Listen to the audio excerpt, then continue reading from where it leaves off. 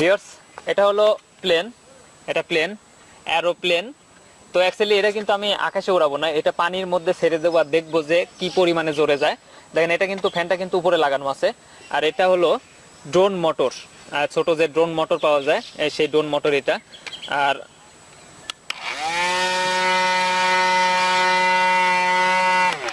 On করে দিলে যখন মোটরটা চলে তখন মনে হয় যে সামনের দিকে টানে নিয়ে যাচ্ছে, মানে সামনের দিকে একটু টানতেছে, সামনের দিকে কিন্তু একটু টানে। তার মানে যদি এখানে একটা মোটর এখানে একটা মোটর দেওয়া যায়, আশা করি এটা আকাশে 100 বার উঠবে। এটা পানির মধ্যে কেমন চলে এই জন্য কিন্তু এটা তৈরি করা। তো পরের ভিডিওতে এখানে একটা মোটর, এখানে একটা মোটর, এখানে একটা, 3টা মোটর দিয়ে দেখাবো আসলে এটা উড়বে কি না।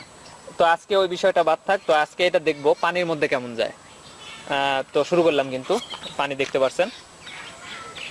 তো ভিউয়ার্স, আমি কিন্তু পানির মধ্যে আছি, অনেক পানি। তো এইটারে সুইচটা অন করে দেবো, সুইচটা অন করে দিচ্ছি, সুইচটা অন করে পানিতে ছেড়ে দেবো, দেখবো যে আসলে কি পরিমাণে যায়।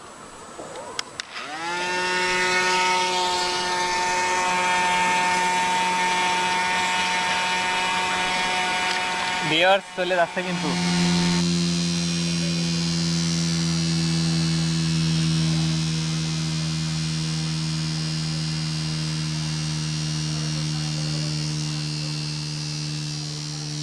তো ভিউয়ার্স, আমার কিন্তু প্লেনটা কিন্তু দেখেন, ওই যে প্লেনটা নিজে ইচ্ছায় ঘুরতেছে।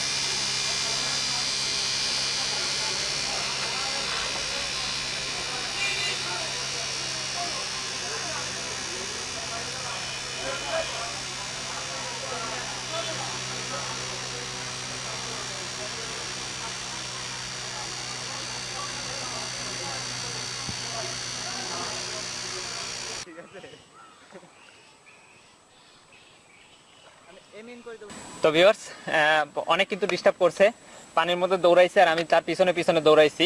একটা ড্রোন মোটর কিন্তু এখানে লাগানো, তারপরেও এই যতটুকু ওজন আছে ওজনটা নিয়ে কিন্তু সে পানির মধ্যে কিন্তু অনেক জোরে কিন্তু দৌড়াইছে।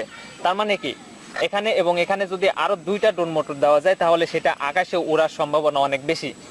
তো ভিউয়ার্স, এর পরবর্তী ভিডিওটা চেষ্টা করব এর একটু মডিফাই করার, এর একটু আপডেট করার, 2টা মোটর অথবা 3টা মোটর লাগাবো। তো ভিউয়ার্স, যদি ভিডিওটি ভালো লাগে অবশ্যই লাইক করবেন এবং আমাদের চ্যানেলটি এখনো সাবস্ক্রাইব না করে থাকলে দয়া করে সাবস্ক্রাইব করবেন। ধন্যবাদ সবাইকে।